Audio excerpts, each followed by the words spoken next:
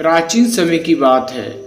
एक बार गौतम बुद्ध अपने भिक्षुओं के साथ साल वन में भ्रमण कर रहे थे और घूमते घूमते वे विश्राम करने के लिए एक बट वृक्ष के नीचे बैठ गए। वे सभी साथ में बैठे थे और अचानक धर्म पर चर्चा शुरू हो गई। इस दौरान एक भिक्षु ने उनसे प्रश्न पूछा, हे तथागत, मैंने देखा है कि कई कमजोर और विभिन्न साधनों से परे व्यक्ति भी विषम से विषम परिस्थितियों को हरा देते हैं और बड़े बड़े कार्यों को करने में सफल होते हैं। वही संपन्न और अच्छी स्थिति वाले लोग उस कार्य को करने में असफल हो जाते हैं। इसके पीछे का कारण क्या है? क्या हमारे पूर्व जन्म के कर्म इसमें आड़े आ जाते हैं? गौतम बुद्ध ने उस भिक्षु की बात का उत्तर दिया और कहा कि ऐसा नहीं है। मैं आपको एक प्रेरक कहानी सुनाता हूं, फिर आप आसानी से समझ सकते हो। बुद्ध कहानी सुनाने लगे। एक नगर में एक राजा राज किया करते थे। उनके पास एक हाथी था। राजा ने कई सारे युद्धों में इसी हाथी पर सवार होकर विजय प्राप्त की थी। बाल अवस्था से ही इस हाथी को इस प्रकार प्रशिक्षित किया गया था जिससे वे आगे चलकर युद्ध कला में निपुण हो सके। पर्वत के आकार के समान हाथी जब सेना का प्रतिनिधित्व करता और हुंकार भरता तो डर के मारे शत्रु की सेना दबे पांव ही भाग जाती थी। जैसे व्यक्ति जन्म के बाद युवा अवस्था से होता हुआ वृद्धावस्था को प्राप्त होता है, उसी प्रकार यह हाथी भी बूढ़ा होने लगा। उसका शरीर कमजोर पड़ने लगा और तेज भी समाप्त होने लग गया था। वह अब हाथीशाला में केवल शोभा मात्र बनकर रह गया था।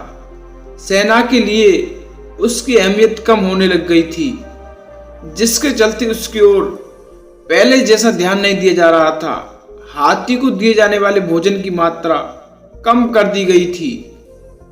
एक बुजुर्ग सेवक उसके लिए भोजन और पानी की व्यवस्था करता था, लेकिन वह भी अक्सर ऐसा करने में चूक जाता था। परिणाम स्वरूप हाथी को भूखा प्यासा ही रहना पड़ता था।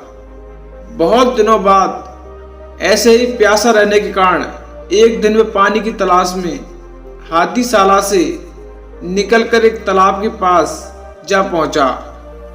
ये तालाब काफी पुराना था और हाथी को पहले भी भान लाया गया था। तालाब के पास पहुंचकर उसने भरपेट पानी पिया और फिर वह जल में स्नान करने के लिए चला गया। उस तालाब में कीचड़ होने के कारण वह हाथी उसमें फंस गया। वह जितना भी उस तालाब से निकलने का प्रयास करता, उतना ही उसमें फंसता चला गया। अंत में वह हाथी गर्दन तक कीचड़ में फंस गया। जब राजा तक ये खबर पहुंची तो उन्हें बहुत दुख हुआ। उन्होंने हाथी को निकालने के लिए बहुत प्रयास किए, लेकिन सभी विफल हो गए। उसकी ये दयनीय दशा देखकर वहां मौजूद सभी लोग निराश हो गए।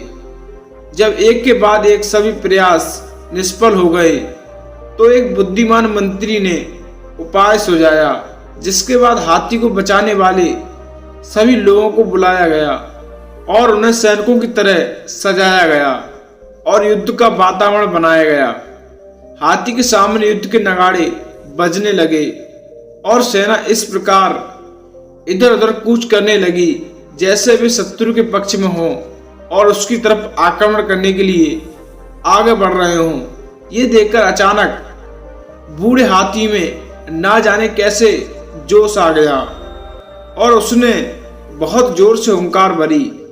वह अपनी ओर बढ़ रहे सैनिकों पर आक्रमण करने के लिए पूरे बल से गर्दन तक फंसे कीचड़ को खदेड़ता हुआ तालाब के किनारे जा पहुंचा। उसके बाद उसने सैनिकों पर आक्रमण करने से पहले बहुत मुश्किल से नियंत्रित किया गया। ये कथा समाप्त करते हुए गौतम बुद्ध ने कहा, भिक्षुओं, इस संसार में सबसे अधिक महत्वपूर्ण मनोबल ही है। यदि किसी व्यक्ति में मनोबल जाग उठे तो दुर्बल और हारा हुआ व्यक्ति भी असंभव काम को संभव करके दिखा सकता है और अनेक अनपेक्षित सफलताएं हासिल कर सकता है। इस प्रेरक कहानी से हमें यह सीख मिलती है कि मन के हारे हार है और मन के जीते जीत। अर्थात यदि व्यक्ति मन में ठान ले कि उसे जीतना ही है तो कितनी भी विषम परिस्थिति हो, उसे विजय प्राप्त करने से कोई नहीं रोक सकता। इसलिए हमेशा खुद पर विश्वास रखिए, आपको सफलता अवश्य मिलेगी। दोस्तों, अगर आपकी वीडियो अच्छी लगी तो वीडियो को लाइक और चैनल को सब्सक्राइब करें। वीडियो देखने का बहुत बहुत धन्यवाद।